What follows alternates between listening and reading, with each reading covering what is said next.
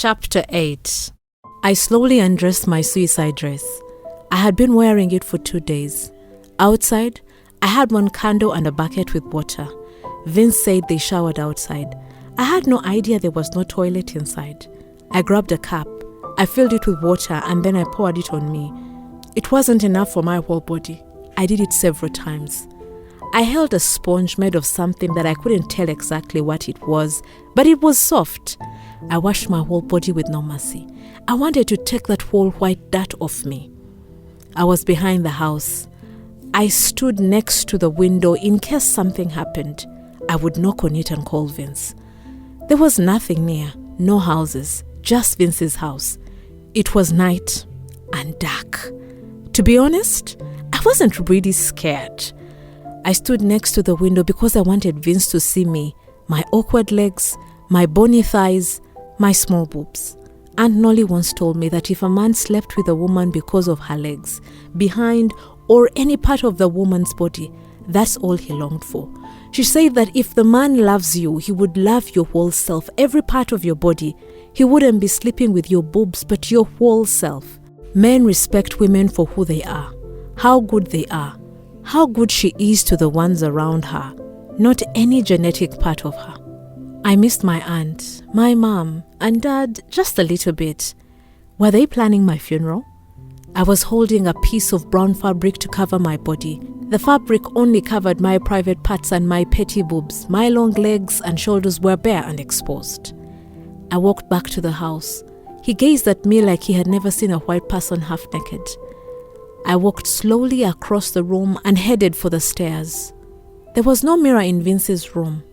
I slowly wore another of Ajua's clothes. It was another of her long, light, black fabric dress. I lay on the bed and I waited for him. I blew the candle off.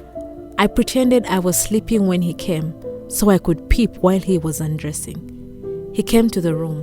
I opened one eye. He didn't take off his clothes. Instead, he made his bed on the cold floor and laid next to me.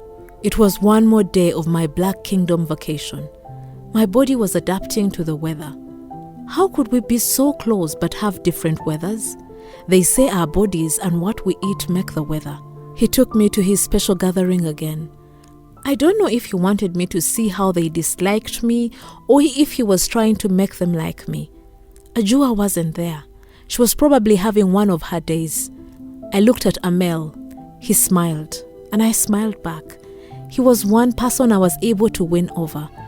I looked around to see if I could start a conversation with anyone. My eyes met Gunda. He was sitting next to a girl, and when I approached, she left. "How are you?" I could see a very intense and deeply seated sorrow. I reminded him of something. That was his dream, Juvie coming to live with him, with his people. I thought being dead was different. It feels the same. I said it sarcastically. We both laughed. Have you heard of anything that is happening on the other side? No. I wonder how my parents are. Do you think they would come looking for me on this side? No, they would never dare. He tried to calm me down, but his tone was intimidating. How do you know? I expressed my curiosity, touching my lips. It has happened before, and it didn't turn out well. A war? That's how things change. Things don't change smoothly. He teased me. But this time, we're doing it differently, right? We are writing a book, right? I realized how naive I was. Right. He lied. He didn't have the same energy. He seemed different now, like he resented something. Of losing his love? I was afraid of what was going to happen. I didn't want war. He left me standing there alone again. What was I saying that made these people so mad? I walked around, taking note of them and seeing their reaction as they fixed their gaze on me. I found Amina. She was not in the center preaching today. She sat picking beans. I sat next to her. I am Jodi. I introduced myself. I gave her my hand. I didn't know how to greet a Black Majesty. Nice to meet you, Jodi. I am Amina. She wasn't as mean as Ajua, but she wasn't as nice as Amil either. I like your voice. I complimented her. Amel said you have a gift. You were able to discover his disease when he was young. I continued to compliment her. We all have gifts, she said with a very condescending tone. She was very proud of being black and she wanted me to know. Emil has sickle cell. His cells are sick. That's all we have. Diseases, pain. She went from bragging to complaining. No matter how wise they are, they all had something to complain about. No, you have gifts, remember? I touched her hand. She smiled. You know, I have these dreams that tell me things. I tried to explain. In my side of the land, they called it nightmares. Maybe they have another name. You are white. You can't be gifted. If I could find one word to describe her, it would be strict. I feel these things. My dreams tell me things. Most of them are not very nice. But I believe them. They warn me. They protect me. I ignored her statement and I continued explaining. Gunda feels the same. He dreamed about you drowning. Ajua reads people. A male can see the future. We praise meditation. A connection with divine power. She explained. Everything made sense based on my interaction with them. All this pain made them gifted. She walked away singing, and I saw a male approaching. I can see you're settling in. If you win Amina's heart, you win everyone's. I guess. I thought about dark plans. I was craving for more. He came with a plate and something that looked like mashed potatoes but heavier. He offered it. I touched it. It was hard. I just ate. My posture while sitting was different. I felt at home. I admire what you're doing. I wouldn't have the same courage. It takes a lot of bravery. I knew it was a compliment, but I didn't feel happy. Even if I didn't have it in me, it was too late to give up now. What would you do? I admired his eyes surrounded by those strong eyelashes. I would make sure I am alive. Pain doesn't bother me.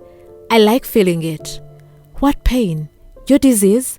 I asked while chewing the food. I don't call it disease. I prefer condition. I have a condition, but I refuse to let it make me suffer. I am talking about pain from love, trust, loss. He was wearing the same clothes from the day I met him. He didn't seem to care about anything. However, hearing him mentioning love made me realize we are all the same. We are all affected by the same things. What about pain from unfairness? You don't mind being called evil? I needed an answer desperately. It's just an idea. It doesn't affect me that much. I am able to breathe, smile, eat, dance. He sounded like freedom. You don't mind that people see something and make an impression? The fact that my people look at you as a whole. For you to know that you are privileged, someone needs to be unprivileged. In order to rightly perceive good, there is need for evil. His mind was in a state of solitude. He blasted me with his words and pleaded in a way to end the conversation. We were both praising Amina while she was speaking. Her voice had the kind of power that draws attention. They don't give us the resources to learn. I loathe them and their oppressive ways and systems, white domination. If you feel like giving up, my brothers, talk to me. We love you, but if there is no way out and you want to give up, make sure you cross path with evil, the real evil. Make sure those people kill you. They do killings, not us. They don't know how to kill. In a way, she was talking to me. She was telling me not to commit suicide, not to give up on life. However, she also couldn't miss the blame part, always blaming us. It was tiring. Emil was right. It wasn't us. It would be them. Either way, there would always be segregation. I wonder if Vince was white and I was black. Would he ever sacrifice everything for me? It was more personal and warmer than book study. It was a place where they met, interacted, and Amina would give advice about perseverance and assurance. The scorching hot weather didn't stop them from dancing. Their sweat made their skin glow. I thought about Ajua. I didn't know how, but I missed her. I imagined us dancing together one day. Me, Mom, Dad, Aunt Noli, and them. I really believed a new book would be the answer. A book or any form of writing speaks to people. People should be forced to read it, to open their minds to change. It was a blissful day. We said goodbye to our people and we walked back home. Vince always made sure I ate. I felt pampered and spoiled. I was dancing while walking and I begged him to dance with me. I tried to move him like a puppet, but he was hesitant. He would laugh at my dancing, but still wouldn't show me how to do it. "What's your gift?" I asked him while dancing shamelessly. "What do you mean?" "Amina said you all have gifts. What's yours?" "Not feeling." His face turned evil. He changed the atmosphere. Sun gone and dark clouds came. "Why are some of you allowed to come to our side and others aren't?" I tried to change the subject. I stopped dancing and we both stopped walking. "It's just another way to degrade us. It's about complexion. Light-skinned people like me and Amina are able to come, and darker-skinned people like Ajoa, Gunda are not. It's a way to make us hate each other. One thing we have that they cannot destroy is our love for each other." "But didn't your dad kill your mother?" They pointed fingers at us, but the truth was either black or white, whoever was evil had a lot of imagination to do evil. This new discovery had to end my day. We silently walked home. I laid on his bed with my feelings. He laid on the floor with his lack of feelings. I didn't believe he didn't feel. It was impossible. I uncovered the sheets. I was ready. I placed my leg on his right and the other on his left. I sat on top of him. His eyes opened wide. He was surprised. He didn't move. I leaned towards him and kissed him. He grabbed me and kissed me back. He was so strong, a real man, a real kiss. He kissed me again and again and again. I never kissed like this, like you want to finish, waste the other person's stamina, like it is the end of the world. I kissed him more and he kissed me more. I wasn't tired. There was more to kiss. His tongue was limitless. I was kissing his pain out of him, his anger out of him, his coldness out of him. I felt like if I kept kissing him, I wouldn't be white, he wouldn't be black, and this land wouldn't be separated. There was something higher controlling us, something greater. No one said anything. It just happened. He covered my nipple.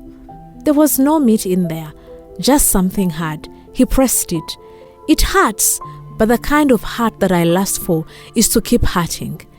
He laid down his hand and started going down in what seemed like designing my body and taking my measurements as Aunt Nolly used to. My muscles felt relaxed. It was amazing. I touched every part of him, especially his scars. I felt my dark channel opening, like every white person decided to come to this side, and we lived in peace. He held me and put me on the floor. We changed positions. I laid on the floor. He was on top of me. He was heavy, but I couldn't feel his body weight completely. It was weird. He was on top of me, but I couldn't feel his weight. His arms were supporting him, but at the same time, his hands were opening my dark channel to let his blackness in. How could they be against our interaction if our bodies worked together? He colonized me. He came in and out of my side of the land. I felt a part of me shifting. Did I break a bone? But there were so many things happening that I couldn't actually feel the pain. He ate my soul and I opened his passage to freedom. I thought I was just saving one place, but I lost my virginities. With Theo was periodically, but with Vince I graduated in one night. He was angry but soft. He was aggressive but gentle. He was raging but warm. I saw him being beaten up in prison. I saw his dad killing his mother. I saw his brothers drowning in the sea. I saw his pain. I thought about when I was young and Jovi would take me to the saloon and I would sit on the chairs. I was too short to sit on those chairs. I would try to touch my feet on the floor, but I couldn't reach it. But I knew I was almost there. Vince on top of me culminated to me being finally taller and my feet finally able to touch the ground. I took delight in my discovery, trying to understand everything. I touched my mouth. I was amazed at what my mouth was capable of doing. Speak, smoke, kiss, and swallow. When I was younger, I couldn't swallow certain vegetables. Today, I learned how to swallow everything. The way Vince described a seizure, for me, the climax of sex was a reversed seizure. It was a taboo, immoral, unfair. He put me in the bed. He joined me. We were closer now. Making love made us closer. There is something about this physical act that draws us closer and knits us in an emotional way. Love allows us to trust people, to open up to them, not only opening my dark tunnel but giving my adorer. It's easier to trust a lover than people that we also love but not romantically. Cindy told me that what hurt her the most was the fact that she trusted her boyfriend more than anything. Think about it. Mom trusted Dad more than Aunt Nolly. Juvie trusted Gunda more than me. And I trusted Vince more than my entire race. I rolled over to the side. Vince wasn't there. I opened my eyes. It was morning. I felt different but the same. I smiled. I felt vitalized, relieved, wistful. I never thought I would be smiling for losing something. The last things I lost, my reactions were not so pleasant.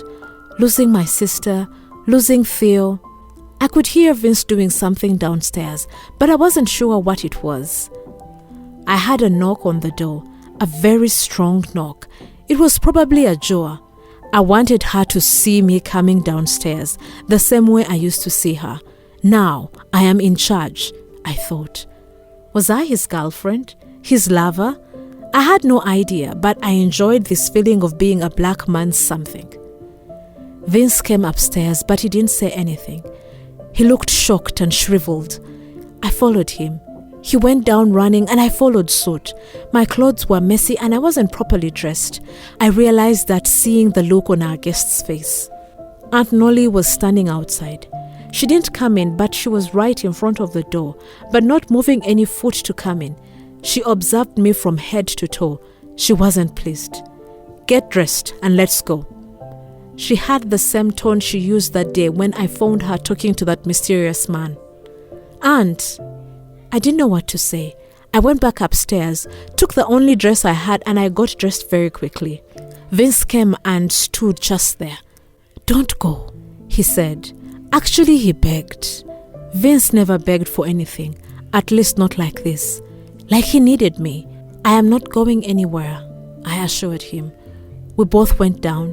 I went outside to talk to her. I was scared of what Aunt had to say. I would like to talk to my niece, please, she told Vince. She grabbed me and took me somewhere away from the house.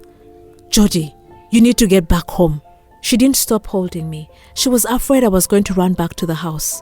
No, I am dead. I said it like it was the truth. Dead? What are you saying? So this is your plan? Pretending to be dead? She touched the left side of her forehead, trying to understand what I was saying. Wait, you didn't assume I was dead? I have been missing for a week and you assumed what? What is Mom saying? Mom came to my house a few days ago at night, saying you were not home, asking if you were there. I said yes, and I told her you were sleeping and you didn't want to talk to anyone. I told her you need some time after finding out Theo is getting married. How did you know I was here? My tongue touched my teeth, trying to understand how she was able to follow a lie she wasn't given notice to. I knew. I just knew. I knew the moment that you started asking questions about these people. She pointed at Vince's house, disgusted by it. I knew something was up. I knew Vince was tutoring you history. And I followed her eyes, and I knew it would happen. I knew you would fall in love. I know how easy it is to fall for someone who carries wounds, pain, and something new. It's always stimulating. Their sorrow would touch you and make you determined to save them. I knew you would fall for this. She was holding back from revealing something that could hurt me. This is what? Tell me. I could anticipate she was going to say something that would break me into pieces. He is just using you. Let's go before it's too late. It's too late. I think I told her metaphorically that I just lost my precious virginity. You can always come back. I told your mother you were staying with me for a few days because you needed time. She continued pressing my hands. Aunt Nolly always seemed messy to me, but this time it seemed as if she had the whole plan schemed and organized. He is not using me. He loves me. Jodi, these people can't love. They have wounds deeper than anything. They can't love. She sounded so different from the person who told me they were not evil. These people? I thought you knew them. You say they are not evil. I didn't like her tone. They are not, but they are broken. Very broken. So broken that no one can fix them, not even you. I can. He loves me. I sounded irrational. I was shaking. A part of me believed my aunt, but the other part didn't care. My mind and heart were fighting at that moment. I knew she was right, but what was right wasn't correlating with my feelings. The naive me came alive again. Getting to know his struggles made me aware, but having feelings for him made me naive again. I believe you do. I really do. We all love people that we think we can save, but he doesn't love you. He is not capable of. You do know him. I could feel that aunt was going to say something that he should not listen to. Do you think that someone who watched his dad kill his mom is able to love someone? Watched? I didn't know he watched. Dear they, please don't let Vince hear this. How do you know that? I flinched my right eye. I stopped caring about a lot of things in this life, Jodi, but I still care about you. And I care about him and them. It's about these people who have been unfairly treated. I was scarcely breathing. I don't care about them. I care about you. You are my niece. They are not my family. I do. I got closer to her face. He will kill you. She was running out of words, but she could have said something else. I know who I love. I made up my mind. Aunt Nolly wasn't going to give up. I decided to go back with her. I walked back to the house. Vince was sitting on his desk. I touched his head. I felt someone coming. I thought it was Aunt. It wasn't. It was Ajua. Don't go! She understood everything by just seeing Aunt Nolly standing outside. I will come back. I addressed her, but I was talking to both Vince and her at the same time. I didn't say a word to Vince. I didn't have to. I kissed the back of his head. I hugged Ajua. I walked out of the house. Aunt Nolly was standing outside, like she was not allowed to come inside. I held her hand and we walked to our side of the land. I turned back and I could see Ajua's lips moving, saying, "She's not coming back." But I was. I was back to the house. My house. No one asked questions. No one said anything. I don't think they believed Aunt's story, but they went along. That's how we were, very discreet and polite. I thought about last night. My bladder quivered. I could feel it. I could feel that black magic. I could feel all that blackness again. I couldn't stop thinking about it. It was surreal. I thought about what I felt and what I didn't feel. Did he feel the same way I felt? Did he? Cindy told me that she didn't feel any pleasure, just pain and shame. If in sex you don't feel and the other person feels, it's possible that in love you love and the other person doesn't love, right? I fell asleep on my thoughts. I was in the ocean again, but this time I was not being saved. I was the one saving someone. Vince was drowning. The waves were fighting with him and they were winning. I swam to his direction. I reached him. I tried to grab him, but he wasn't moving. His feet were stuck in a rock. I dived in to see what was happening. I couldn't take his feet out. It was impossible. I tried, but nothing. Vince was sleeping, or in some state of mind that he couldn't communicate with me. It was night. It was dark. I couldn't see properly. I tried to fight with the waves and push all Vince's weight, but nothing. I tried to push the rock, but the rock was even heavier than Vince. I tried everything until I ran out of breath. I could see a big wave coming, and I had to make a decision. I left Vince there and I swam back to the sand. I reached the shore. There were people waiting for me, black and white. They seemed happy. They were wearing all kinds of colors. There were no restrictions to colors. I woke up, sniveling. "Vince!" I called his name. It was just a dream, but I could feel the pain. I couldn't afford to lose him. I just couldn't. I fell asleep again. It was the same dream, the same ocean. I was wearing the same clothes, a red dress, but it was daylight and it made my dress brighter. I was in the middle of the ocean looking for Vince. I knew they were giving me another chance to save him. I swam and swam until I found him. I found his body floating. There was no rock this time. It was too easy. I grabbed his body and I pulled him to me. There were no big waves. The ocean was calm. I continued to pull him and swimming at the same time. My arm was around his neck and I could feel him breathing. I reached the sand with him. There were bodies on the sand, the same people from the previous stream. They were all dead, black and white, all dead, no exception. Vince was alive. I woke up the next morning with a weird feeling that people were scheming or hiding something from me, and I had to find out what it was. I got dressed and I decided to go to the other side. I promised myself I would take time. For some reason, I had to distance myself in order to protect them. I walked all the way to the dark tunnel. I felt someone following me. I walked through the trees. I passed through Vince's house, but I didn't stop to see him. I reached Amina's place and knocked. "Who is there?" She opened her curtains and looked through the windows. "It's Jodi." "Jodi, come in, girl." Her girl was similar to Mom's sweetheart. "I am sorry to come without notice," I said as I got inside. It was a minute, mellow and familiar room. Her house had a lot of candles and weird things like voodoo, but it didn't look scary, just strange. "It's okay. Is everything okay?" She arranged a place for me to sit. She put a blanket on a brown old couch and made a gesture for me to sit. I always found it funny when people asked me if everything was okay, knowing we lived in that kind of segregation. "Everything is fine. I just want your help. I need to understand. I had a dream and..." "A dream? Tell me, what happened in the dream?" She had strong eyebrows and chin. "I was in the ocean.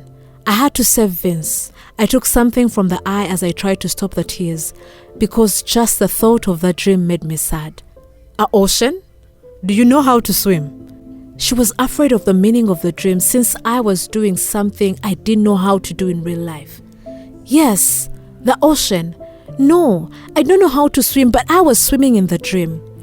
I massaged my legs and I felt the water in my legs. "I see. What do you mean with you had to save him?" "It was Vince. I had to. It was Vince." "Were you the only person in the dream?" "No, there were more people, a lot of people." I touched my mouth as I realized something. "Why were you the only person trying to save him?" I don't know. The people only came at the end." I scratched my hair. "So it's safe to say you were chosen to save him?" She opened her eyes. She was giving me all the answers in a way, but I already knew them. "Yes, you can say that, but that's not all. If I saved him, there were bodies in the sand. If I didn't, people were alive, but he wasn't." I moved my hands trying to explain the dream. "Sacrifice." She said it. I thought about Jovi. "Yes." "You need to sacrifice something." "I know, but..." I placed my hands between my legs. "You don't need me. I think you have all the answers. I can't be the one telling you what to do. I can't. I don't want to have that kind of responsibility to tell you that someone needs to die." When she said die, my whole body shivered. No one deserves to die. I went back to scratching my hair harder and harder. "Some people do." She closed her eyes and said with pure certainty, "Who am I to decide that?" "Jodi, you came here to seek my help and to tell you what to do. I can't tell you that. I can only tell you that this is not about you and Vince. There is a whole ocean of people. You are part of something bigger. You are the fighter, the chosen one, the messenger. Vince is just a booster." "Me? Why me?" One tear rolled down. I was surprised to see a teardrop. "You have the will, the force." "To do what?" I cried. How come someone with the drive to do something could easily cry? "To do the right thing," she clarified. My face turned pale with fear. What's that? I need to know what is true and what is not. There is a war in my heart. I am going mad. I am losing my mind. I am losing faith. I don't know it either, but I can tell you that I see death when I see change. No, there needs to be a way. There needs to be a way without death. There is no way. Her cheeks were very high. Tell me what to do, please. I begged her. I approached her and I placed my head on her knees. I don't know, my child, but I can tell you that you need a stage where you can gather them all and try to make them see what we are able to make you see. She touched my head. A stage? Do the right thing. Do the right thing. I kept telling myself, but I didn't know how. How would someone assume I am a messenger or anything like that?